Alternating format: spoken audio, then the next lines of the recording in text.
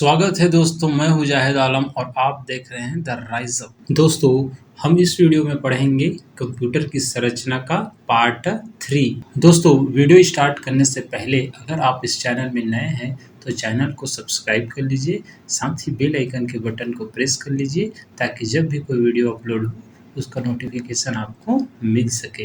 तो दोस्तों, हम इस वीडियो में हम लोग पढ़ेंगे सेंट्रल प्रोसेसिंग यूनिट के बारे में, यानी कि सीपीयू के बारे में, जिसको हम हिंदी में केंद्रीय प्रसंस्करण इकाई कहते हैं या फिर केंद्रीय संसाधन इकाई कहते हैं।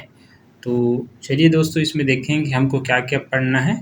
कि सबसे पहले इसमें देखना है कि ये सीपीयू क्या है, और उसके बाद फिर पढ़ना है कि सीपीयू के प्रमुख कार्य क्या क्या होते हैं।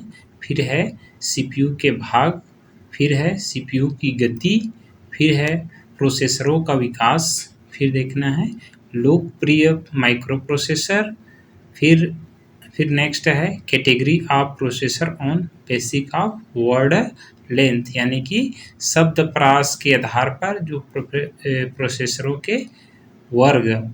फिर देखना है टाइप्स ऑफ प्रोसेसर, यानी प्रोसेसरों के प्रकार देखना है।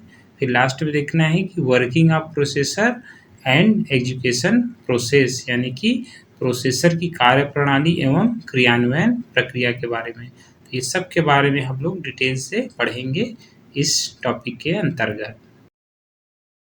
तो चलिए दोस्तों, सबसे पहले हम लोग पढ़ते हैं सीपीयू क्या है, यानी कि व्हाट इज सीपीयू।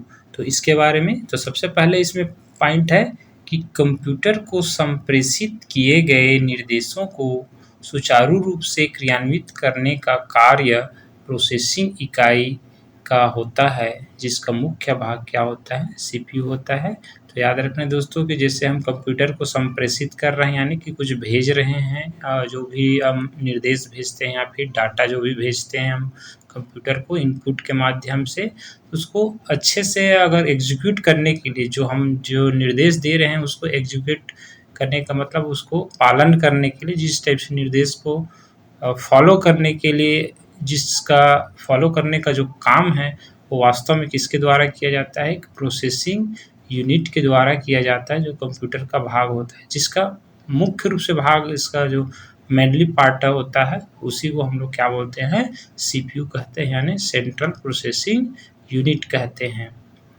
फिर इसमें नेक्स्ट पॉइंट है कि यह कंप्यूटर सिस्टम के सारे कार्यों को नियंत्रित अर्थात कंट्रोल, निर्देशित यानी सुपरवाइज तथा समन्वित यानी कोऑर्डिनेट करता है। तो इसमें याद रखना दोस्तों कि ये कंप्यूटर जो सिस्टम है, हमारा कंप्यूटर प्रणाली है, उससे सभी जितने भी काम होते हैं, जितने भी कार्य होते हैं, पहले भी उसका पढ़ चुके हैं। जैसे कि हम लोग उसका इनपुट का काम होता है, आउटपुट का काम होता है, स्टोर करने का काम होता है, प्रोसेसिंग करने का काम होता है और कंट्रोल करना। तो ये सब जितने भी कार्य होते हैं उस सब को क्या करते हैं, नियंत्रित करता है यानी कंट्रोल करता है। फिर निर्देशित अर्थात सुपरवाइज करता है, यानी उस पर निरीक्षण रखता है। और फिर क्या करता है, समन्वित यानी उस पर तालमेल बैठा कर के कार्य करता है। तो इस तरह से ये क्या हमारा सीपीयू जो है अपना कार्य करता है। फिर नेक्स्ट पॉइंट है, सीपीयू को कंप्यूटर का मस्तिष्क अथवा हृदय अर्थात ब्रेन और हार्ट भी कहा जाता है। तो इसमें याद रखना दोस्तों कि बहुत महत्वपूर्ण पार्ट होता है सीपीयू कंप्यूटर सिस्टम में। हमारा जो कंप्यूटर सिस्टम का जो संरचना होता है, जिस तरह से इनपुट डिवाइस, आउटपुट डिवाइस और साथ में हमारा ये जो सीपीयू सेंट्रल प्रोसेसिंग यूनिट होता है, तो ये वाला पार्ट जो होता है बहुत ही इम्पोर्टेंट पार्ट होता है। और इसी को क्या बोला जाता है, इसका मस्तिष्क कहा गया है, कंप्यूटर का पूरा मस्तिष्क। अर्थात इसमें जिस तरह से मस्तिष्क सभी हमारे जो शरीर का बॉडी का क्या करता है, पूरा कंट्रोल करने का काम करता है। जिस तरह से हमारे मस्तिष्क में प्यूटरेट ग्रंथि, जो पीयूष ग्रंथि होता है, जो पूरा क्या करता है, कंट्रोल करता है शरीर में, मास्टर ग्रंथि कहलाता है। सेम टू सेम ये हमारा कंप्यूटर सिस्टम में यदि उसका मस्तिष्क कहा जाए, इसका जिसमें, तो वो है हमारा सीपीयू होता है। इसको साथ ही इसको हृदय भी कहा गया है। जिस तरह से हमारे शरीर में मस्तिष्क के साथ साथ जैसे हृदय का अपना महत्वपूर्ण है, क्योंकि सभी जितना भी हमारा परिसंचरण तंत्र होता है वो हमारा मुख्य रूप से हार्ट पर ही केंद्रित होता है। इस वजह से ये क्या होता है, ये भी कंप्यूटर का क्या कहलाता है, हृदय कहलाता है, यानी महत्वपूर्ण पार्ट। तो इस तरह से इसको हमको याद रखना है। फिर इसमें नेक्स्ट पार्ट है कि यह एक इलेक्ट्रॉनिक माइक्रोचिप है जो इनपुट को आउटपुट में बदलते हुए प्रोसेस करता है, इसलिए इसे प्रोसेसर भी कहते हैं।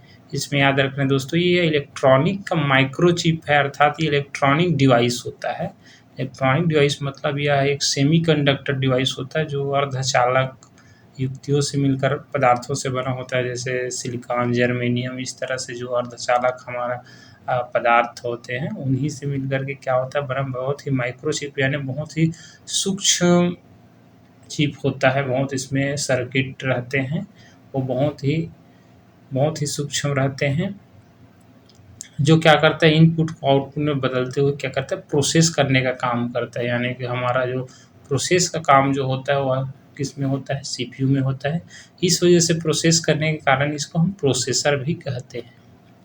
फिर नेक्स्ट इसमें पॉइंट होता है कि बड़े कंप्यूटर के जो सीपीयू को हम क्या बोलते हैं, सेंट्रल प्रोसेसर या मेन फ्रेम, तथा माइक्रो कंप्यूटर के सीपीयू को माइक्रो प्रोसेसर भी कहा जाता है, जो वास्तव में एक सघन इंटीग्रेटेड सर्किट चिप यानी आईसी चिप होता है, जो करोड़ों इलेक्ट्रॉनिक सर्किट होते हैं।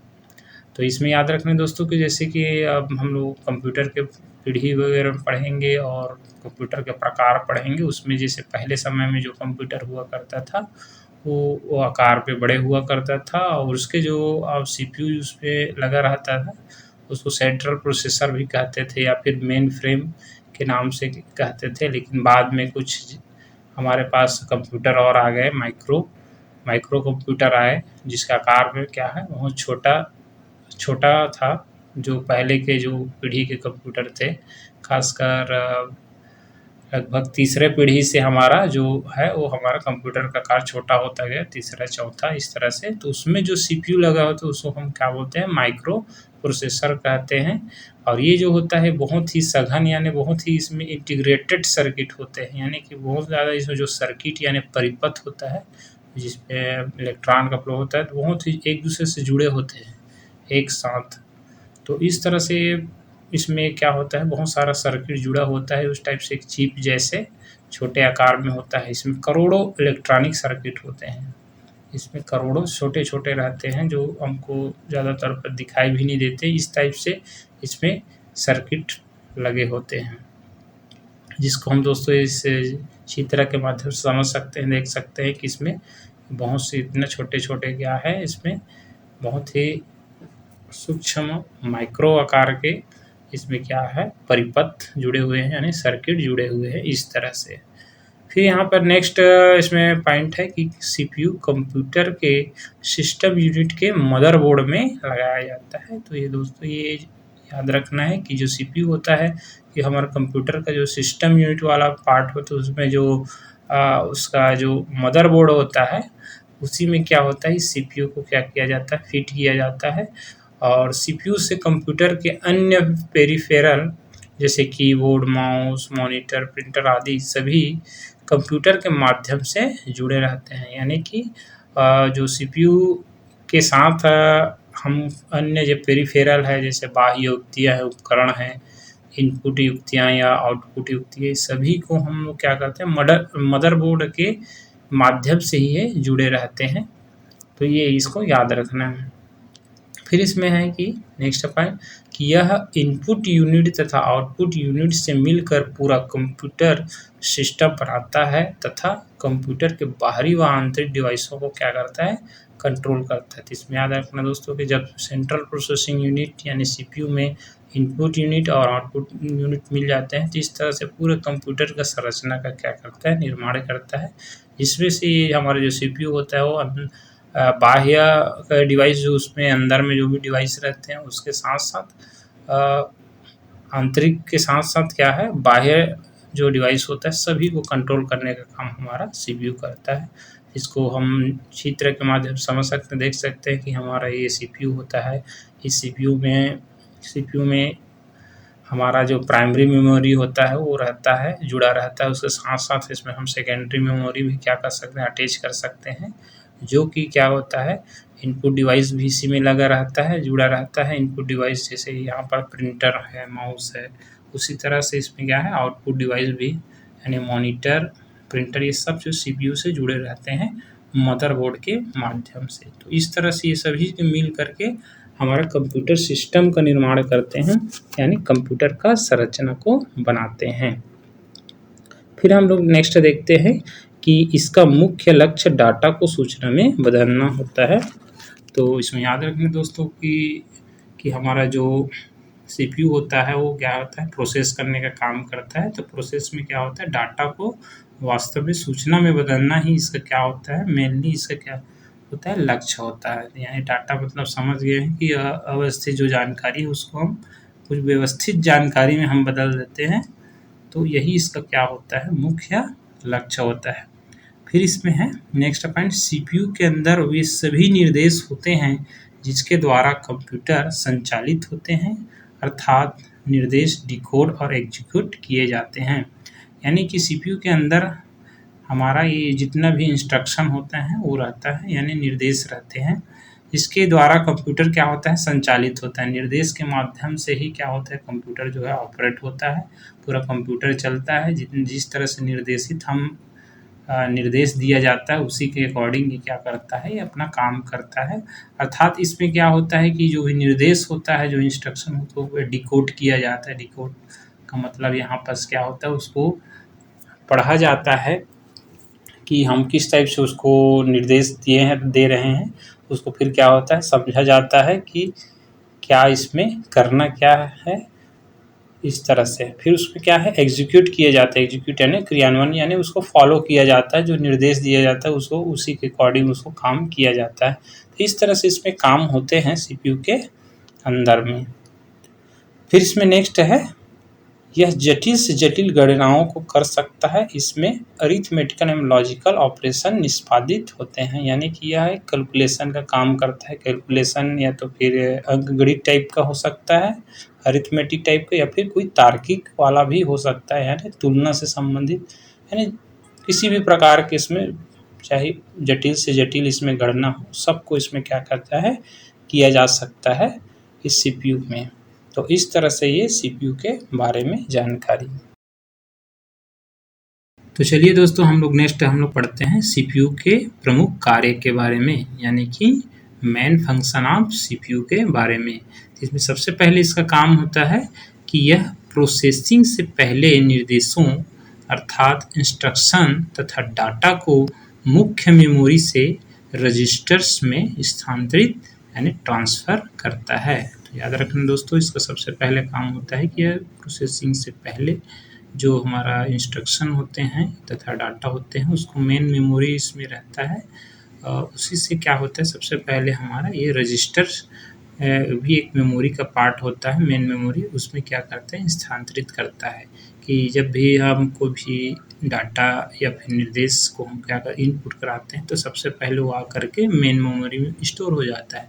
फिर जैसे उस पर हम कोई कार्य करने जाते हैं तब उस पर क्या होता है, तो सबसे पहले हम वो जो मेन मेमोरी में जो हमारा डाटा या फिर जो निर्देश जो है स्टोर रहता है उसको सबसे पहले यहाँ पर रजिस्टर मेमोरी में लाया जाता है, जो अस्थायी प्रकार का क्या होता है, एक मेमोरी होता है जो कार्य करते समय ही उस मेमोरी का यूज़ किया जाता है।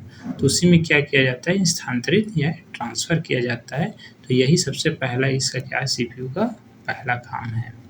फिर इसमें दूसरा है, इनपुट डाटा का निर्देशानुसार प्रोसेस करता है, अर्थात निर्देशों का क्रमिक रूप से क्रियान्वयन करता है। अर्थात डाटा प्रोसेसिंग के सभी कार्य सीपीयू द्वारा संपन्न किए जा सकते हैं। तो इसमें ये है कि इनपुट डाटा का जिस तरह से हमारे पास निर्देशानुसार जो डाटा होता है उसको जिस तरह से निर्देश इसमें है, जो डाटा और निर्देश जैसे इनपुट किया गया है, तो साथ में जो डाटा हुआ है, इनपुट जो डाटा हुआ है उसको निर्देश के अनुसार जिस तरह से उसको इंस्ट्रक्शन मिले उसी के अकॉर्डिंग ही क्या करता है, फिर उसको प्रोसेस करने का काम करता है। फिर यानी कि निर्देशों को क्रमिक रूप से क्या करता है, क्रियान्वयन करता है, यानी एग्जीक्यूशन करता है। ये मतलब कि जिस तरह से उसको फॉलो करता है, जो निर्देश होता है उसी को क्रम से यानी ऑर्डर से जिस तरह से उसको मिलता है ऑर्डर उसी का अनुसार ये क्या करता है, उसको फॉलो करता है यानी क्रियान्वयन करता है। इस तरह से फिर यह इसका क्या हो गया, दूसरा कार्य हो गया। फिर तीसरा इसमें देखते हैं, आवश्यकता पड़ने पर यह आउटपुट डाटा को रजिस्टर से मेन मेमोरी में स्थानांतरित करता है। जैसे कि ज़रूरत पड़ जाता है कि जैसे कि उसको और स्टोर करके रखना होता है आउटपुट डाटा को, प्रोसेसिंग होने के बाद जो डाटा होता है उसको वापस जिस तरह से रजिस्टर में है अभी, तो उसको फिर क्या करता है, मेन मेमोरी में भी स्थानांतरित करने का काम करता है। फिर इसमें नेक्स्ट है चौथा काम इसका, कंप्यूटर के विभिन्न उपकरणों को नियंत्रित एवं निर्देशित करता है।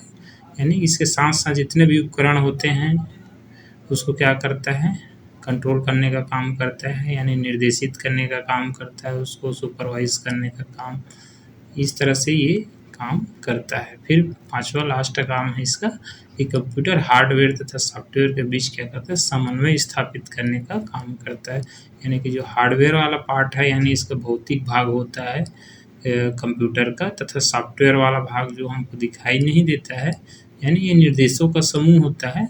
इस तरह से इसके बीच जो समन्वय स्थापित करने का काम हमारा ये सीपीयू ही करता है। तो इस तरह से दोस्तों इसमें इसके 5 कार्य प्रमुख रूप से होते हैं।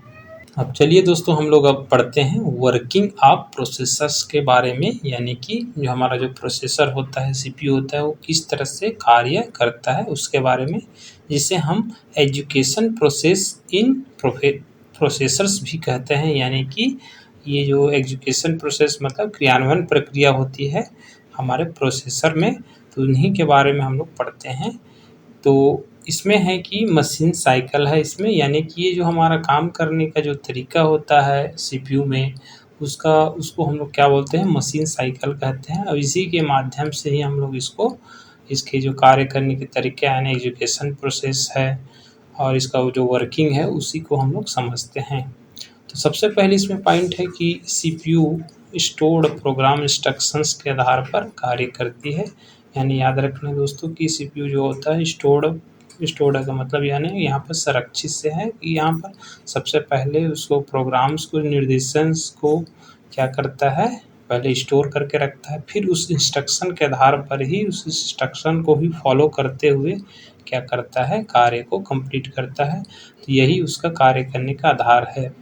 फिर नेक्स्ट पॉइंट है कि कंप्यूटर द्वारा किसी छोटे से छोटे निर्देश यानी इंस्ट्रक्शन को संपन्न करने के लिए एक प्रोसेस यानी एजुकेशन प्रोसेस से क्या होता है, गुजरना पड़ता है, जिसे ही क्या कहते हैं हम लोग मशीन साइकिल कहते हैं। इसमें याद रखना दोस्तों कि कंप्यूटर में कोई भी हम लोग कार्य करते हैं, चाहे छोटा हो या फिर बड़ा हो, जो निर्देश होता है उसको हम एग्जीक्यूट कराने के लिए उसी को एक प्रोसेस से गुजरना होता है। उसके लिए एक अलग प्रोसेस होता है जिसको हम लोग क्या करते हैं, प्रक्रिया होता है, उसी से ही क्या होता है, हमारा जो निर्देश होता है वो क्या होता है, एग्जीक्यूट होता है यानी संपन्न होता है। तो इसी को ही हम क्या बोलते हैं, मशीन साइकिल कहते हैं। फिर इसमें नेक्स्ट पॉइंट है, इसमें कंप्यूटर के प्रोसेसर प्रत्येक मशीनी भाषा निर्देश का एजुकेशन अनेक चरणों में पूरा करते हैं। इसमें याद रखना है दोस्तों कि जो कंप्यूटर के जो प्रोसेसर होते हैं वो जो है कि जो मशीनी भाषा निर्देश जो होते हैं यानी जो निर्देश होते हैं वो किसमें रहते हैं, मशीनी भाषा में रहते हैं यानी बाइनरी कोड के रूप में रहते हैं। उसी का एजुकेशन करते हैं तो कई स्टेप्स को फॉलो करते हैं यानी कई चरण में क्या करते हैं, उसको पूरा करते हैं, एक बार में नहीं होता है। ये जो हमारे निर्देश का एजुकेशन जो होता है वो एक बार में नहीं होता है, कई उसमें स्टेप्स होते हैं और उसी को क्या करते हैं, पूरा करते हैं। वह प्रक्रिया को प्रत्येक मशीनी भाषा निर्देश के लिए दोहराता है और साथ में यह क्या करता है, जो भी प्रोसीजर होता है इस प्रोसीजर को, तो हर बार जब हम उसको क्या करते हैं, निर्देश देते हैं, तो हर बार वो क्या करता है, उसी जो प्रक्रिया होता है, जो चरण होता है, स्टेप होता है, उसी को क्या करता है, रिपीट करता है उसी के अकॉर्डिंग। यानी जितने बार भी उसको निर्देश देते हो हर बार वो क्या करता है और उस स्टेप्स को क्या करता है, फॉलो करता है।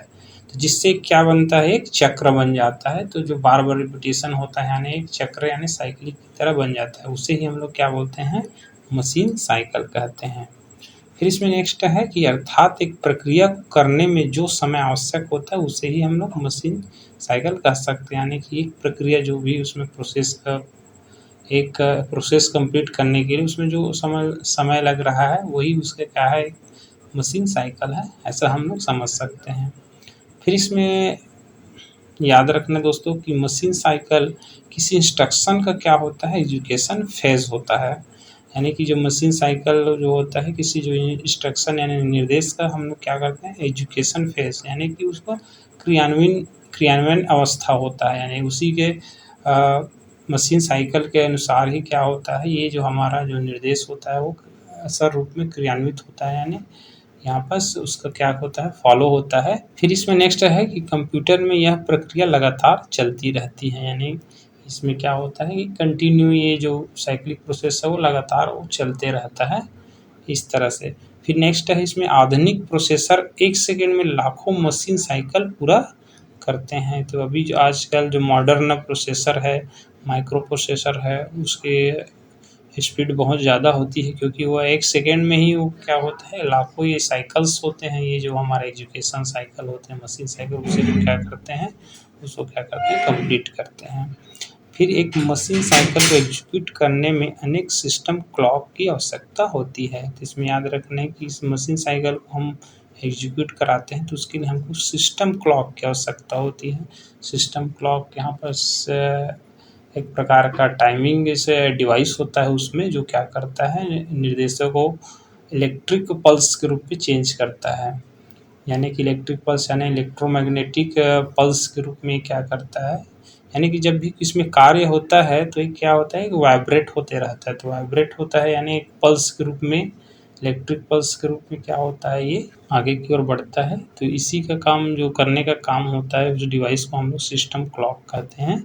एक प्रकार का टाइमिंग डिवाइस होता है जिसके बारे में हम लोग आगे पढ़ेंगे। तो उसी की आवश्यकता होती है। तो बहुत सारे हमारे पास सिस्टम क्लॉक की ज़रूरत पड़ती है इस मशीन साइकिल को एग्जीक्यूट कराने के लिए। तो इस तरह से हम लोग समझ सकते हैं मशीन साइकिल के बारे में। फिर हम लोग बात करते हैं मशीन साइकिल के चरण के बारे में, यानी कि स्टेप्स ऑफ मशीन साइकिल के बारे में, कि कौन कौन से जो मशीन साइकिल में होते हैं तो क्या क्या इसमें इसके स्टेप्स होते हैं जिसके कारण से क्या होता है, हमारा जो कार्य होता है, जो इंस्ट्रक्शन का जो एग्जीक्यूशन का जो कार्य होता है वो कंप्लीट होता है। इसमें है कि मशीन साइकिल को एक निश्चित क्रम में निष्पादित होने वाले 4 चरणों में इसको क्या किया गया है, बाँटा गया है कि इसके 4 स्टेप्स होते हैं। पहला होता है फेच, दूसरे को बोलते हैं डिकोड, तीसरा होता है एग्जीक्यूट और चौथा होता है स्टोर।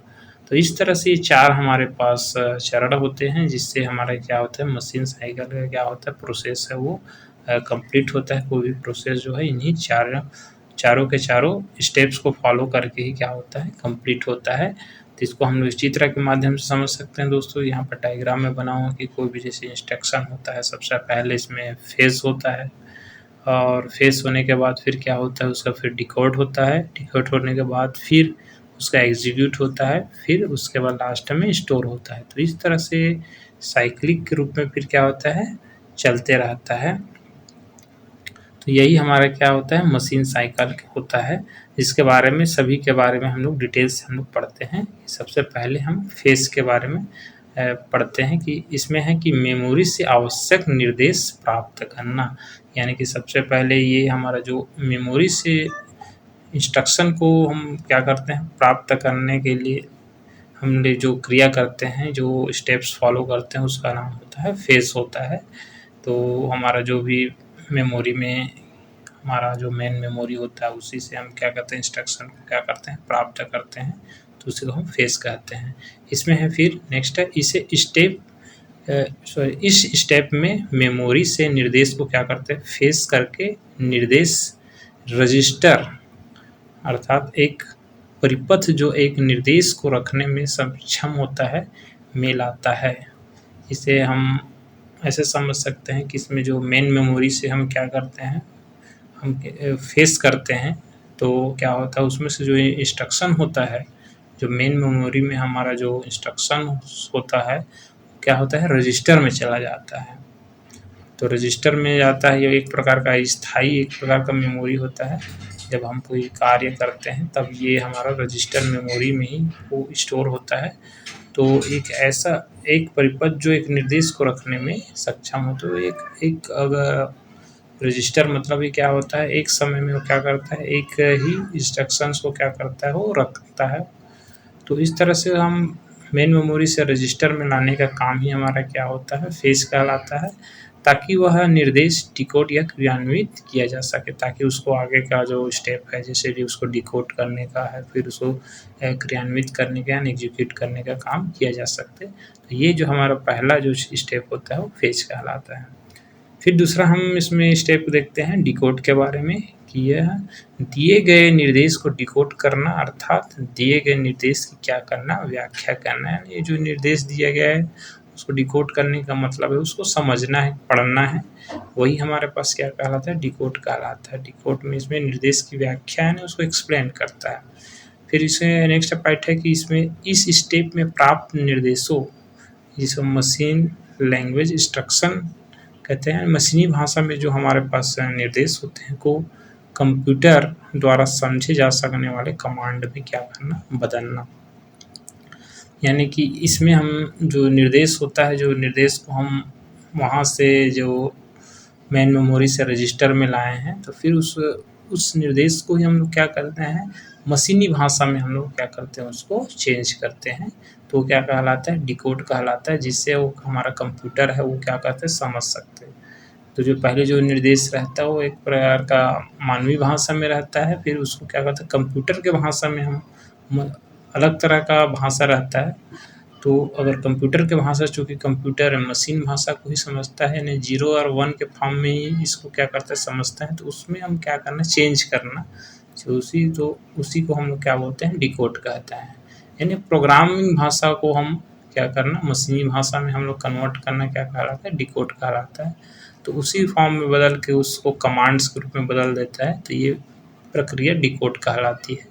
ताकि इसमें कंप्यूटर जो होता है, इसमें जैसे ALU और FPU दिया है, फ्लोटिंग पॉइंट यूनिट या फिर अर्थमेटिक लॉजिक यूनिट, इसी में क्या होता है, समझता है। फिर इस डिकोड को ही क्या करता है, ये कंप्यूटर समझता है। तो इस तरह से डिकोड वाला हो गया। फिर इसमें थर्ड है एग्जीक्यूट। तो एग्जीक्यूट मतलब निर्देश का निष्पादन करना, यानी क्रियान्वयन करना, यही क्या कहलाता है। अब जो हमारे पास डिकोड वाला निर्देश हमको मिल गया है, उसी को क्या करना है, अब उसको फॉलो करना ही क्या कहलाता है, एग्जीक्यूट कहलाता है। तो इसमें है फिर इन कमांड को प्रोसेसर द्वारा एग्जीक्यूट करना, यानी कमांड्स को क्या करता है, प्रोसेस द्वारा एग्जीक्यूट करना, यानी इसको अर्थात जो हमारे पास कमांड को क्या है, रिजल्ट देने के लिए क्या करना, तैयार करना ही क्या कहलाता है, एग्जीक्यूट कहलाता है। फिर लास्ट में है इसमें स्टोर। एजुकेशन के बाद प्राप्त परिणाम यानी रिजल्ट को मेमोरी में वापस भेजकर उसे संग्रहित कर देना क्या कहलाता है, स्टोर कहलाता है।